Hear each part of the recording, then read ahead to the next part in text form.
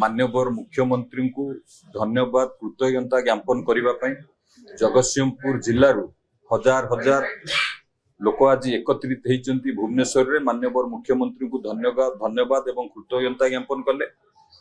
चलित बजेट रे जो ऐतिहासिक निष्पत्ति निया जाइछि जगतसिंहपुर जिले में गोटे विश्वविद्यालय प्रतिष्ठा करने एवं एक सरकारी इंजीनियरिंग कॉलेज प्रतिष्ठा करने ये निश्चित भाव में जगतसिंहपुर जिले में शिक्षा क्षेत्र में एक वैप्लविक परिवर्तन आनिब। उच्च शिक्षा क्षेत्र में उन्नत मानर एवं गुणात्मक शिक्षा प्रदान करा जाय परिबो। ता सहित इंजीनियरिंग कॉलेज प्रतिष्ठा हेले वैषयिक शिक्षा क्षेत्र में एक बहुत बड़ परिवर्तन हबो। ता सहित स्किल इकोसिस्टम को सुदृढ़ करिबारे मध्य सफल हबो। पारादीप भली राज्यर अन्य प्रमुख शिल्प भित्तिक सहर आवश्यक करुथिबा दक्ष मानव संबल को पूरा करिबारे मध्य ये सहायक हबो।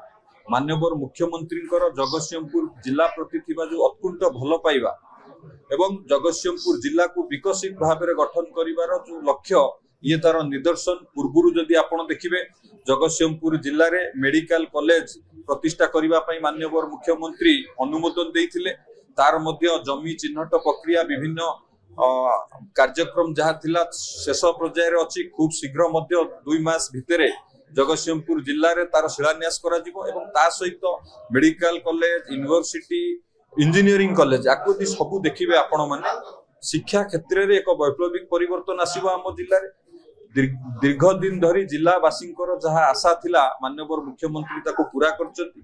सेथिपई आज जगतसिंहपुर जिलूर हजार हजार कार्यकर्ता आसी माननीय मुख्यमंत्री को धन्यवाद कृतज्ञता ज्ञापन कले एवं जिलावासी तरफ माननीय मुख्यमंत्री को साधुवाद जनाऊँगी। चलित बजेट रे जो भाव में जगतसिंहपुर जिला को प्राधान्य देइचंती सेथिपई अंतरु जिलावासी तरफ धन्यवाद एवं कृतज्ञता ज्ञापन।